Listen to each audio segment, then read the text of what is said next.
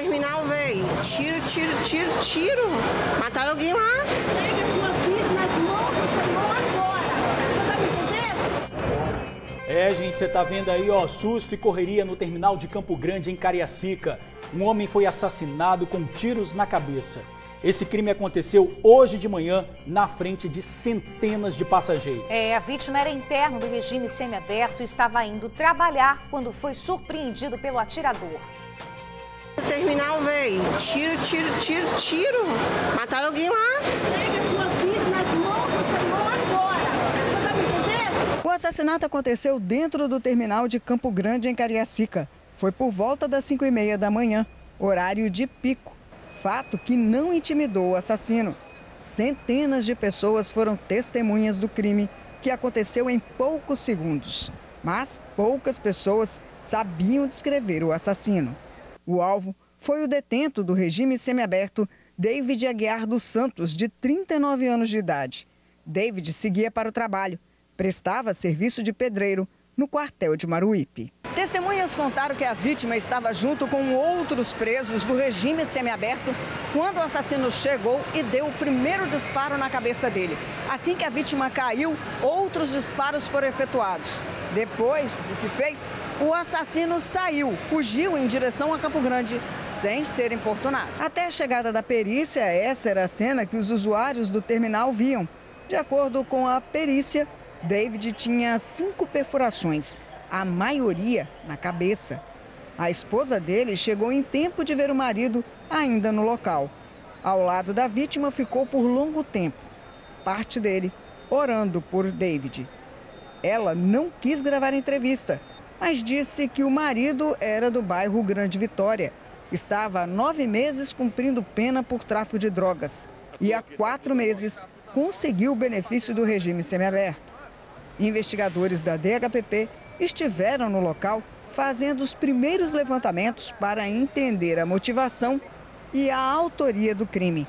Esperam contar com as imagens do monitoramento da CETUB para identificar o assassino.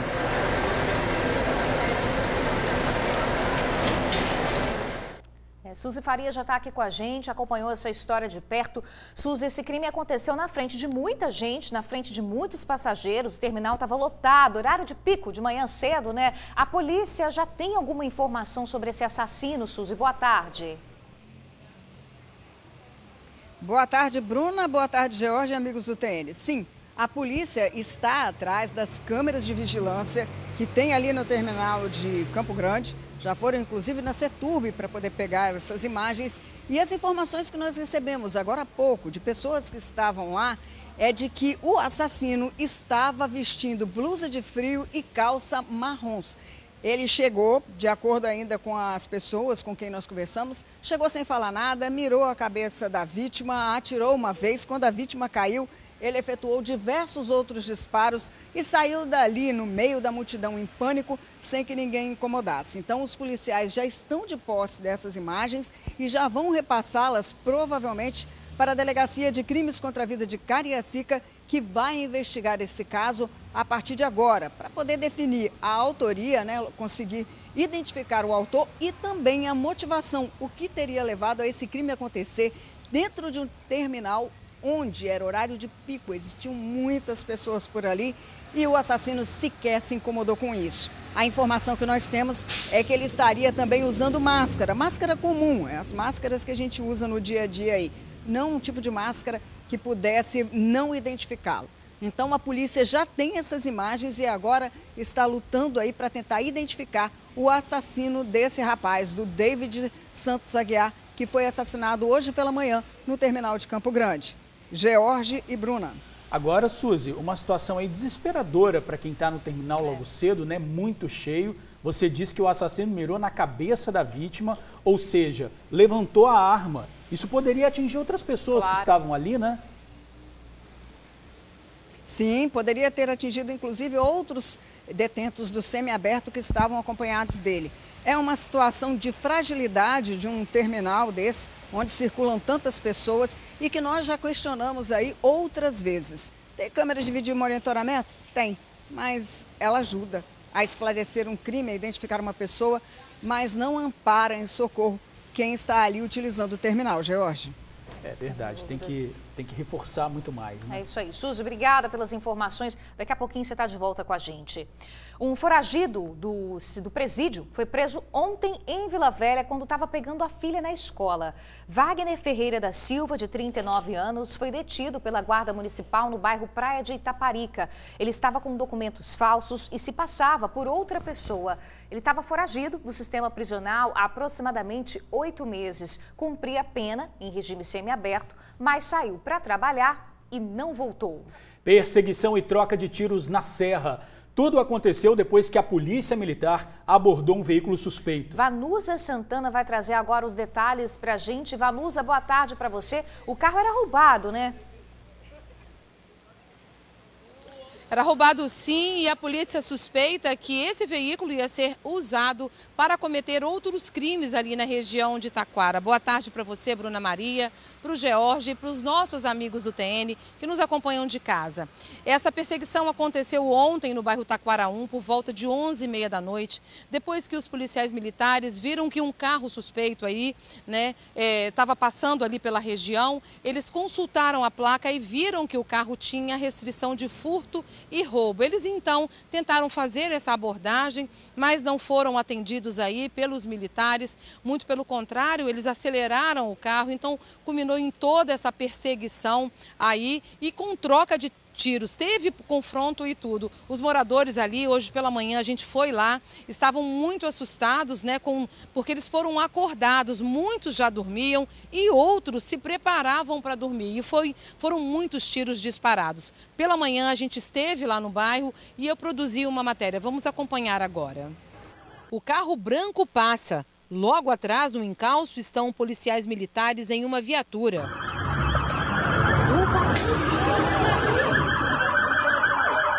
Eles viram a curva em alta velocidade. O carro branco invade a calçada e para.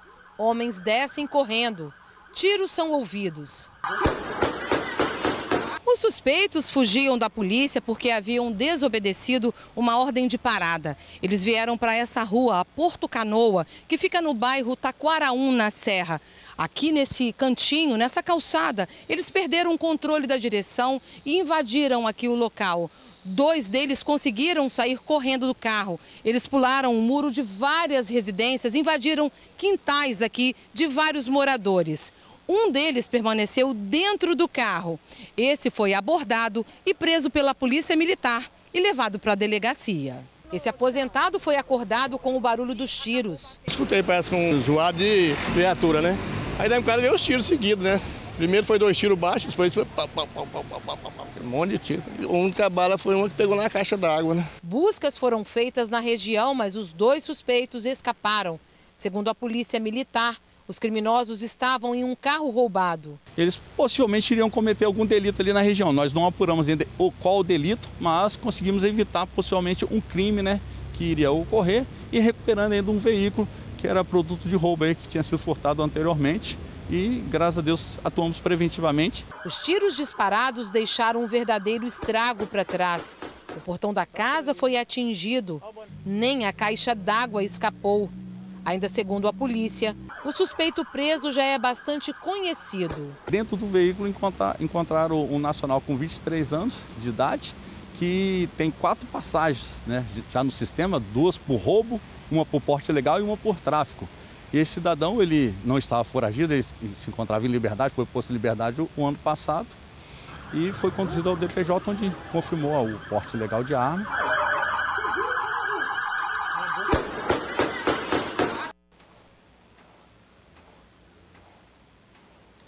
Pois é, a Polícia Militar ainda está aí na caça, né, procurando esses 2 suspeitos que acabaram aí invadindo vários quintais de residências, assustando aí os moradores do bairro Taquara 1.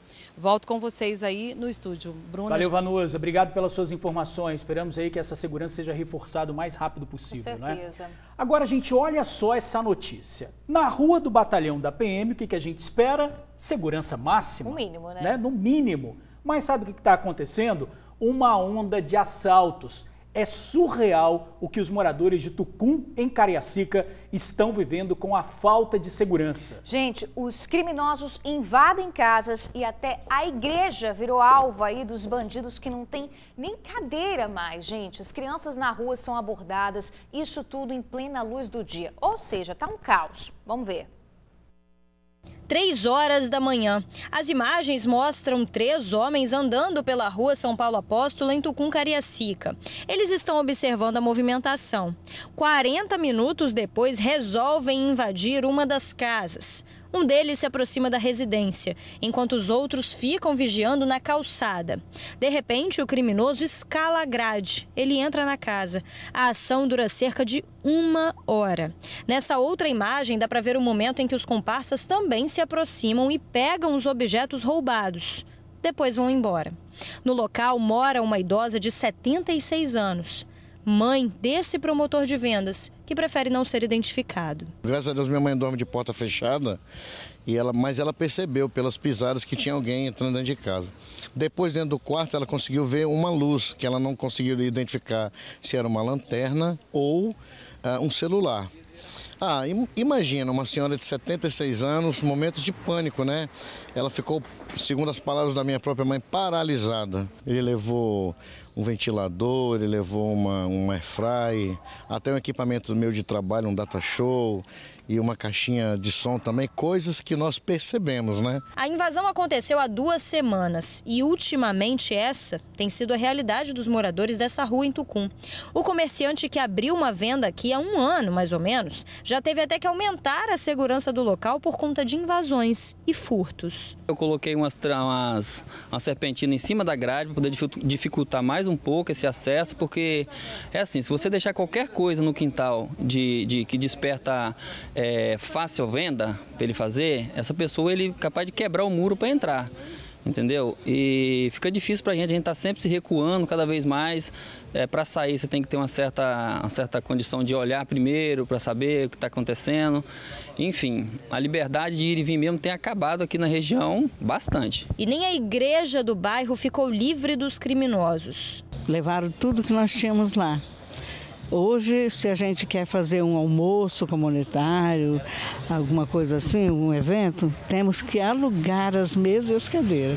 Só nesse pedaço aqui da rua São Paulo Apóstolo tem de 20 a 30 casas e, de acordo com os moradores, quase todas já foram invadidas. E eles tiveram prejuízo e tanto com os objetos que foram levados. Agora, além da invasão das casas, eles estão enfrentando também um outro problema agora, que é o de furtos e roubos em plena luz do dia. Nós não podemos deixar as crianças saírem sozinhas. Quem está roubando passa de bicicleta e está arrancando o que a criança tiver na mão. O que a gente está pedindo mais agora é socorro. Enquanto a minha filha não chega do trabalho, eu não consigo dormir, ela e meu neto. A gente precisa de segurança. A rua São Paulo Apóstolo fica bem ao lado do 7º Batalhão da Polícia Militar. E nem essa proximidade tem impedido a ação dos criminosos. O que os moradores pedem é que pelo menos uma viatura circule pela região durante o dia e principalmente de madrugada. Nós tínhamos que ter mais segurança mesmo da polícia, né? A polícia poderia vir mais vezes aqui. Nós estamos atrás de um batalhão da Polícia Militar. É óbvio que a gente não quer ser favorecido em nada, mas a gente não vê aqui no nosso bairro viaturas fazendo ronda. Talvez pela própria proximidade, né, com o batalhão, mas efetivamente nós não temos aqui, eu particularmente não vejo fazendo rota aqui não. Então eu gostaria só que nós fôssemos incluídos, né, dentro do rol de bairros que são monitorados pela PM também. Olha, ao contrário do que os moradores falaram aí durante a reportagem, a Polícia Militar diz que atua no bairro com policiamento ostensivo e abordagens a pessoas e veículos suspeitos. Por se tratar de uma área que está perto da unidade da Polícia Militar, é frequente viaturas circulando na região e fazendo rondas. De qualquer forma, a Polícia Militar se coloca à disposição da comunidade e da liderança comunitária também para conversar e traçar aí novas estratégias de segurança para o bairro. Olha, um soldado da PM está preso. Ele é suspeito de um assassinato que aconteceu há 2 meses. E isso aconteceu em uma distribuidora da Serra. Suzy Faria está aqui e traz os detalhes para a gente. Suzy, é com você. George, o nome do soldado divulgado hoje pelo delegado Rodrigo Sandimori é Lucas de Figueiredo Pereira, de 37 anos de idade. Ele tem 8 anos de polícia militar, já atuou no BME, já foi condecorado, mas infelizmente termina a carreira dele sendo um assassino. É que no dia 18 de junho desse ano, dentro dessa distribuidora que você falou, lá em Hélio Ferraz, na Serra, ele acabou discutindo com uma pessoa, Fernando dos Santos Aquino, de 23 anos de idade, por causa de um pino de cocaína, e acabou matando esse jovem. O fato aconteceu por volta de 3 horas da madrugada. Imagens que nós temos mostram o momento em que esse policial militar sai de dentro da distribuidora depois de ter atirado contra Fernando com a arma na mão, tranquilamente vai embora, deixando pessoas desesperadas que também saem correndo ali da distribuidora. De acordo com o delegado Rodrigo Sandimori, eles teriam discutido porque Lucas chegou até a distribuidora por volta desse horário, 3h30 da madrugada, pediu um uísque, viu um pino de cocaína em cima do balcão, usou, foi até o banheiro e usou. Quando a vítima de quem o pino pertencia, o Fernando, viu aquela cena, foi cobrado o policial militar o valor daquele pino que ele tinha usado. Os dois acabaram discutindo e o policial teria feito chacota com uma deficiência física de Fernando. Eles entraram em luta corporal quando aí o policial sacou a arma e acabou dando um único tiro na costela de Fernando, que morreu na hora ali. E olha, o curioso, depois disso tudo o policial não avisou os senhores, não avisou ao superior, ao oficial dele e saiu de férias. Foi para Minas Gerais, uma viagem que inclusive já tinha sido programada. Mas de acordo com o delegado Rodrigo Sandimori, não foi o único problema que ele se envolveu não, viu?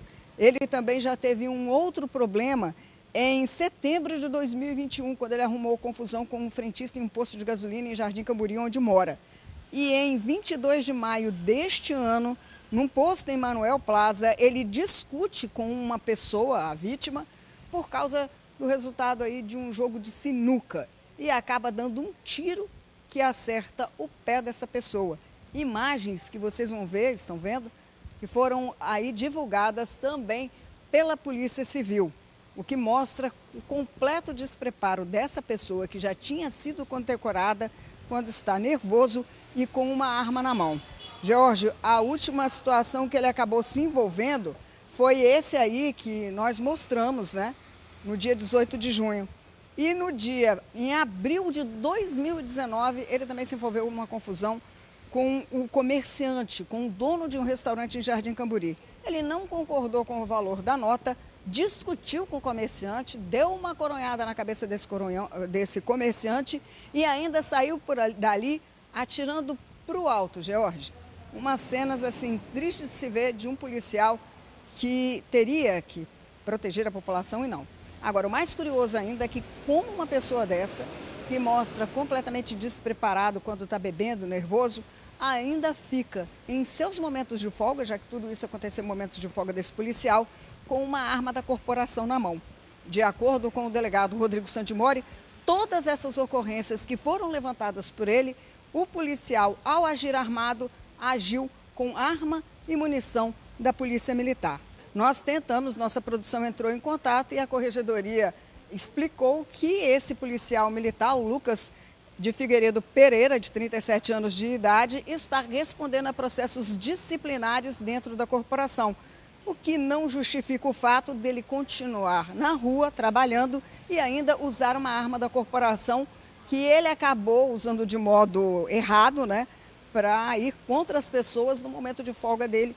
E aí ele, que começou lá em 2019, né, George, terminou 2022 cometendo um homicídio, quer dizer, ele já tentou, já causou lesão corporal nesse homem com quem ele atirou no pé, ele ameaçava essas pessoas, o final tinha que ser esse. Agora, lamentável para uma pessoa que trabalhou numa unidade da Polícia Militar tão especializada como o BME, onde se tira os policiais melhores aí de cada local, de cada batalhão, um policial que foi condecorado terminar dessa maneira. Talvez se ele tivesse tomado uma punição antes, se a arma dele tivesse sido retirada, tivesse um acompanhamento psicológico aí, né, não chegasse a um ponto dele usar uma arma da Polícia Militar para cometer um homicídio. George?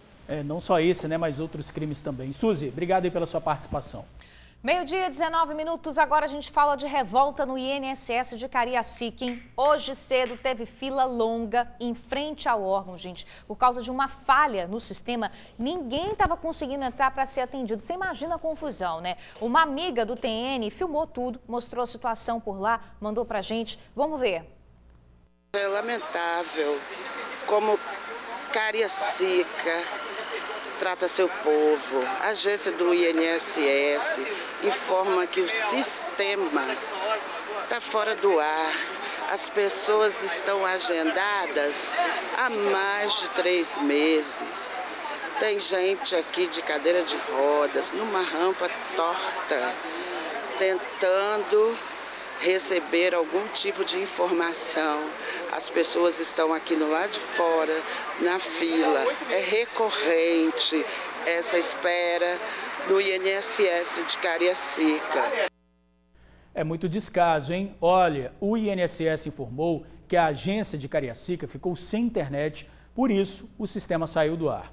A expectativa é que o problema seja resolvido nas próximas horas. Os segurados que não conseguiram atendimento serão reagendados. Gente, uma bebê de 10 dias foi salva por policiais militares depois de engasgar com leite materno. Esse caso aconteceu na Serra, imagina o susto, hein? Vamos fazer o seguinte, vamos conversar com a Vanusa Santana. Vanusa acompanhou essa história de perto. O policial militar levou muito tempo para conseguir reanimar essa bebê, né, Vanusa? Foram momentos de angústia, mas graças a Deus terminou tudo certo, né?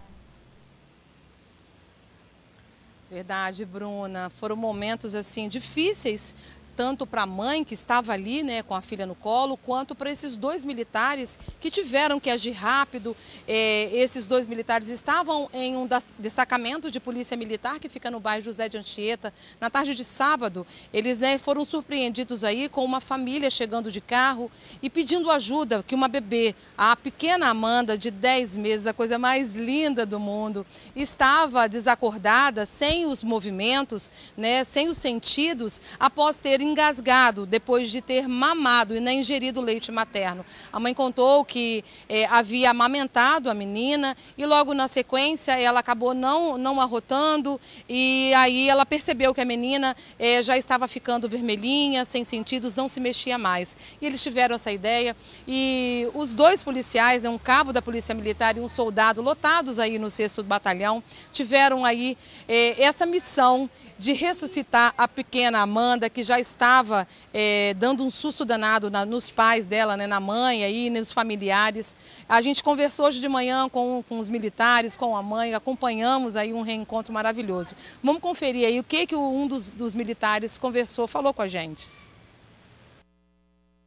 Eles chegaram na sede da 1ª Companhia do 6º Batalhão, que fica ali em José de Anchieta 1, desesperados, chegaram no veículo e falando que a criança havia engasgado, né?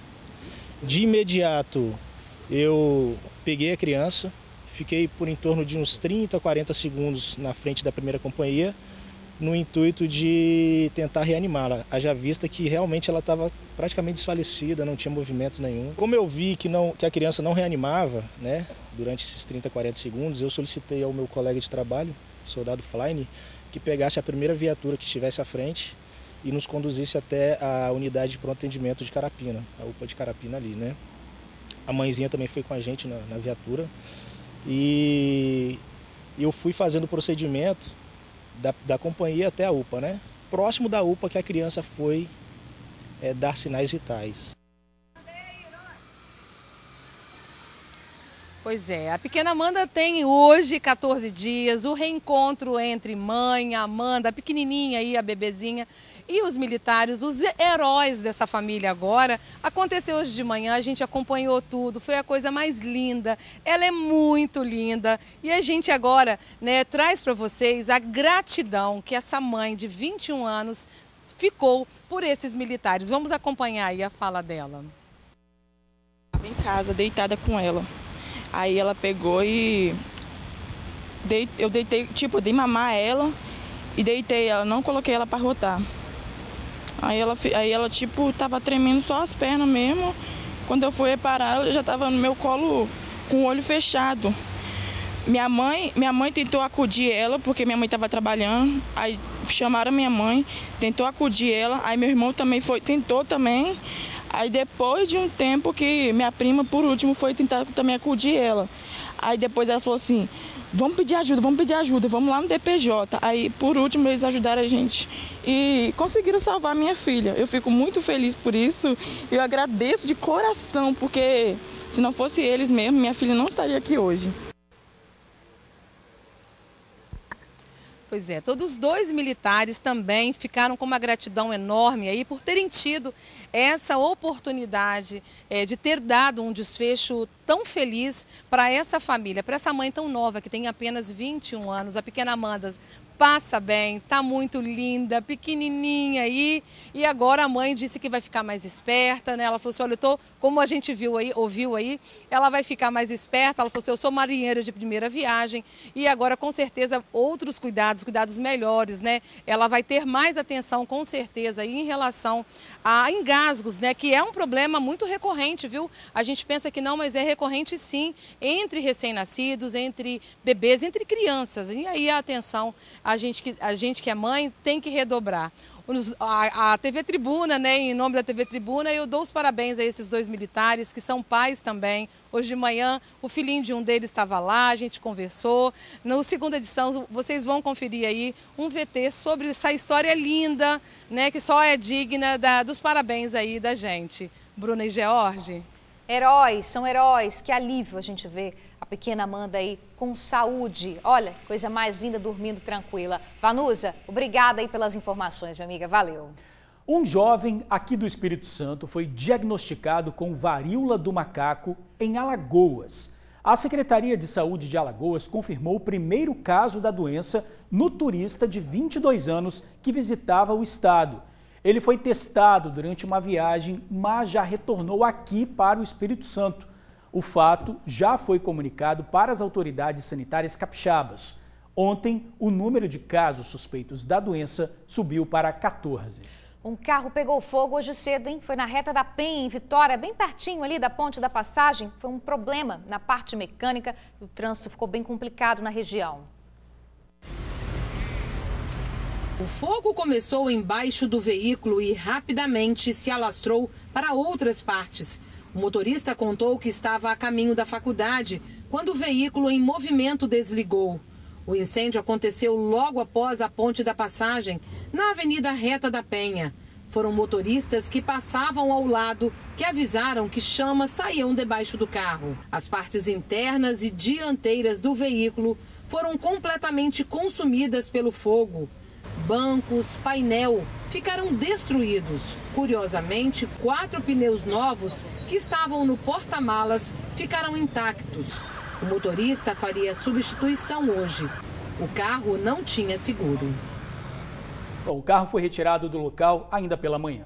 Pausa rápida, no retorno do TN1, as atualizações de 2 casos de polícia. As investigações do assassinato de um pastor em Marechal Floriano avançaram. E hoje faz uma semana do desaparecimento do perito da Polícia Civil. Novo tiroteio em Ulisses Guimarães, Vila Velha. O bairro vive uma guerra entre traficantes. Café batizado. A empresa vendia o produto com casca, pedaços de pau e até milho, gente. E você vai saber como criar senhas seguras para evitar as invasões de criminosos digitais. A gente volta rapidinho, hein? Meio-dia, 34 minutos, TN1 de volta e aconteceu de novo, viu? Mais um tiroteio em Ulisses Guimarães, Vila Velha. Olha, já são 4 dias em que moradores são aterrorizados pela guerra entre os traficantes. Na noite de terça-feira, os moradores dessa área do bairro Ulisses Guimarães, em Vila Velha, foram de novo surpreendidos com mais disparos na região. Seria o 4º dia seguido. Dessa vez, disseram que um morador chegou a ser ferido por um tiro de raspão no pé, mas a polícia militar não foi acionada para atender o ferido. Ao contrário da madrugada de segunda-feira, os tiros que foram disparados aqui na noite de terça não ficaram concentrados aqui na rua Juscelino Kubitschek. Moradores contaram que ouviram disparos em diversas áreas do bairro. Uma das ruas foi a Rua Dom Pedro. que fica lá no final, divide os bairros aí. A outra rua que eles comentaram fica no início de Ulisses Guimarães, é a rua Maximiliano Ferrari. Agora, quem perde com tudo isso, além dos moradores que ficam vulneráveis a essa situação, são também os comerciantes, já que pouca gente quer se arriscar a sair de casa, mesmo que seja para comprar comida. Pela rede social, quem mora aqui foi avisado da situação crítica e tensa do bairro Ulisses Guimarães. Quem avisa se intitula Complexo do Ulisses. No recado, a advertência para não deixar crianças brincando na rua, porque o clima não está bom. Seguindo esse, um outro recado, agora direcionado para quem circula de carro. Se tiverem filme, baixar os vidros, ligar a luz interna. Se tiver de moto, tirar o capacete. Se não fizer isso, a punição será a tiros. Policiais civis, Guarda Municipal de Vila Velha fizeram ronda na região. Tentam tranquilizar os moradores que continuam apavorados com a tensão em que vivem.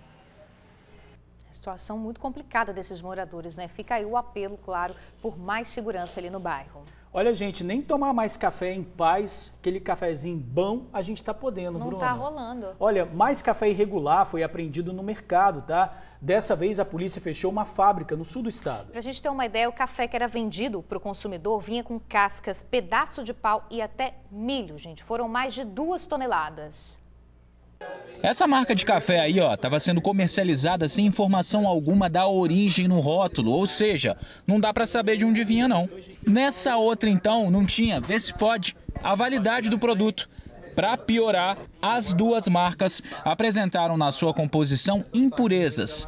Cascas e pedaços de pau estavam misturados junto com café de fato. Diante disso, 4.000 unidades foram retiradas de circulação, cerca de 2 toneladas. 2 marcas provenientes aí do estado de Minas Gerais estaria tentando entrar aqui no mercado. Identificamos que essas 2 marcas elas apresentavam problemas graves de rotulagem. Elas não tinham, uma delas não tinha data de validade, não tinha número de lote, a outra não tinha sequer a identificação da origem, o nome do produtor. Além disso, havia uma mistura de casca e pau, então existia uma mistura aí para ludibriar o consumidor. Se não bastasse isso, uma empresa que já estava sendo investigada tirou de circulação a marca alvo, aí criou uma outra, querendo enganar a polícia. A fábrica, que fica em Irupi, na região do Caparaó, foi fechada. No primeiro momento, essa empresa produziu um café numa das primeiras fases dessa operação. Mesmo depois tendo sido recolhido e indicado as irregularidades, ela voltou a produzir o café com outras irregularidades. E, em razão dela estar insistindo nessa conduta, foi solicitado aí ao Poder Judiciário, ao Ministério Público, que prontamente atenderam. Deixo registrado aqui o elogio e o agradecimento para que fosse interditado essa empresa, para que ela não volte aí a delinquir, não volte a colocar um produto irregular no mercado. A polícia continua a investigação para saber se o café irregular dessa fábrica estava sendo vendido e embalado com outra marca. Essa é a 5ª fase dessa operação realizada pela Delegacia de Defesa do Consumidor. Essa operação começou em janeiro desse ano e até agora, para você de casa ter uma noção, 25 toneladas de cafés irregulares foram retiradas do mercado. Toda vez que a gente faz a coleta de uma marca, é instaurada uma investigação para saber, houve o dolo na conduta da empresa, ela agiu de forma a lesar o consumidor, se agiu, ela responde criminalmente, pena de 2 a 5 anos por crime contra a relação de consumo.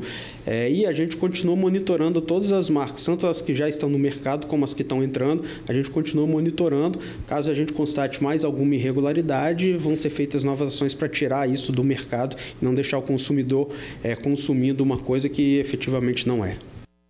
Essa é boa, né, Bruna? Você compra o café e tem que fazer polenta com café porque tá cheio de milho.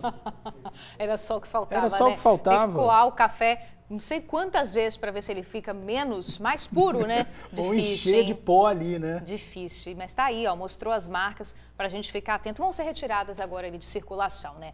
Gente, vamos ver as oportunidades de emprego? Roda aí.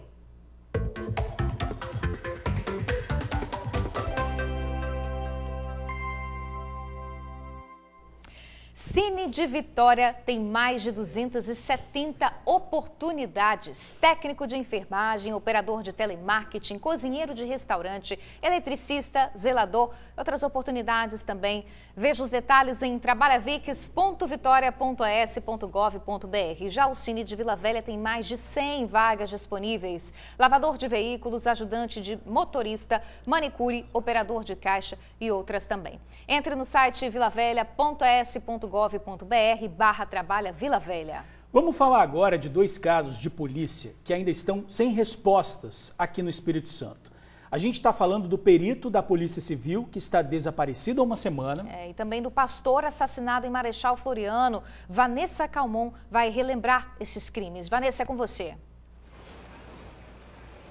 Pois é, né, Bruna, George? 2 crimes aí que continuam sem resposta, mas que a polícia está trabalhando, né, para que sejam elucidados, né? Tanto o desaparecimento do perito criminal, que está desaparecido já há uma semana, quanto esse caso do pastor que foi encontrado, né, morto em Marechal Floriano. Vamos começar então por esse caso do pastor. A gente procurou a Polícia Civil. A delegacia de Marechal Floriano disse que as investigações já estão bem avançadas, mas que agora não pode passar mais nenhuma outra informação para que não atrapalhe as diligências que acontecem desde o dia do crime, né? Foi no último dia 29 de julho. O corpo de Carlos Alberto Dias, de 55 anos, que era pastor e também dono de uma funerária em Marechal Floriano, foi encontrado em uma rua conhecida como Linha do Trem. Ele estava com o pescoço e também os pés amarrados com lacres de plástico. Um crime com requintes de crueldade.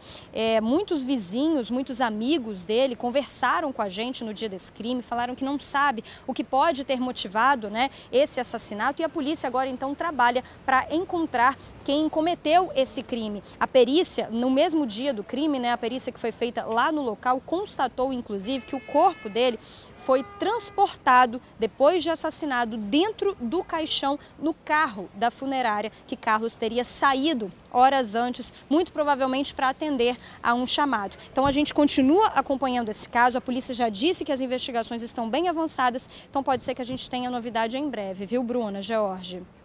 Você também tem informações aí do caso do perito, né, que foi encontrado morto. Completa uma semana hoje esse assassinato, sem identificação aí de quem cometeu esse crime, né? Jorge, na realidade tem uma semana que ele está desaparecido, né? A polícia ainda tenta elucidar o que aconteceu, porque o carro desse perito, Celso Marvila Lima, de 64 anos, foi encontrado completamente incendiado, destruído. E dentro desse carro, inclusive, o celular que poderia, né, ter alguma informação de algum paradeiro, se ele foi se encontrar com alguém, também acabou sendo destruído, né, dentro do próprio veículo. Esse carro foi encontrado incendiado, o período ele está desaparecido, né, há uma semana, e o último contato dele com a família foi no dia 3 de agosto, né, tem uma semana. Ele estaria saindo de Venda Nova do Imigrante, mas depois das 18 horas ele não manteve mais nenhum contato com a família. Os familiares já ficaram desesperados, já procuraram, né, colegas de trabalho, até porque ele é um perito, né, e até então não tinham nenhuma informação, até que o carro dele foi encontrado de fato incendiado. Quem está investigando o desaparecimento, né, do Celso é a Delegacia de Homicídios e Proteção à Pessoa de Vila Velha, com apoio também da Central de Inteligência da Polícia Civil, e até o momento ele não foi localizado, mas a polícia continua trabalhando para tentar localizar o Celso. Qualquer novidade a gente também volta a falar aqui no TN1. Volto com vocês aí no estúdio. Gente, eu tinha falado de assassinato, mas não, né? O perito continua desaparecido, o carro dele foi encontrado ali incendiado. Valeu, Vanessa, obrigado pelas informações. Agora a gente fala da insegurança em Vila Velha, viu? Em pouco mais de um mês, uma empreiteira que fica no bairro Itaparica foi arrombada 8 vezes. O prejuízo passa de R$15 mil. E olha que a empresa fica numa avenida movimentada, uma avenida pertinho da Guarda Municipal. Os ladrões tiveram que quebrar o muro para conseguir entrar. Depois eles arrancaram o portão para invadir a sede da empresa. O vidro de um carro também foi destruído e pegaram tudo que havia dentro. Foi uma surpresa hoje cedo, quando o pessoal chegou aqui, viram que o carro estava com o vidro quebrado, tinha um buraco na parede e tinha estourado a grade do fundo e entraram dentro da empresa. Grades estão por todos os cantos. Até arame foi colocado no muro na tentativa de evitar invasões. Mas isso tudo foi em vão. Recorrentemente consertava a cerca elétrica. Cada invasão a gente consertava. Então a gente reparou a cerca elétrica 8 vezes nesses 40 dias. E aí a gente viu que não adiantava, colocamos uma concertina. Essa que vocês viram aí. E aí, como ficou mais difícil, eles quebram a parede e entram por baixo. Os criminosos levaram ferramentas e equipamentos avaliados em R$6 mil. Mas este não foi o primeiro prejuízo. Somente no mês de agosto foram 7 arrombamentos. Para quem empreende, fica a preocupação do que fazer agora. Dessa vez, eles levaram uma serra mármore, uma parafusadeira, uma furadeira, uma extensão grande, profissional. Quebraram o vidro do carro para roubar essas ferramentas, entraram dentro da empresa e danificaram equipamentos para levar parte de equipamentos que eles não conseguiram levar pelo peso e acabou danificando, dando prejuízo sem levar. Mas eu contabilizo dessa última vez pelo menos de 5 a 6 mil de prejuízo.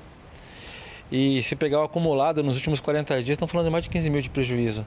Há 10 anos, a empresa está localizada em Taparica. A empreiteira de construção civil e estrutura metálica fica em frente a um shopping em Vila Velha e a pouco mais de 100 metros a um ponto da guarda municipal. Manter a equipe é difícil.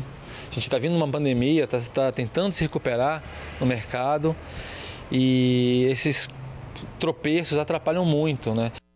Gente, a Guarda Municipal de Vila Velha disse que faz patrulhamento diário na região. Sobre a investigação dos crimes, a Polícia Civil diz que todos os casos formalizados nas delegacias são apurados.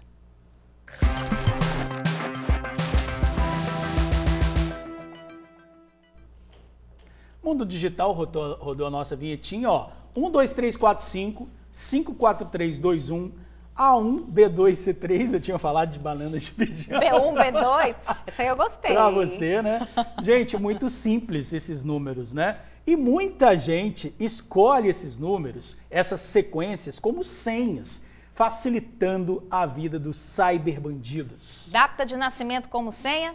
Não pode de jeito nenhum. Eduardo Pinheiro já está aqui concordando e vai falar sobre como a gente pode criar, gente, senhas seguras e não perder nossas redes sociais aí ou ter as contas invadidas. Boa tarde, Eduardo.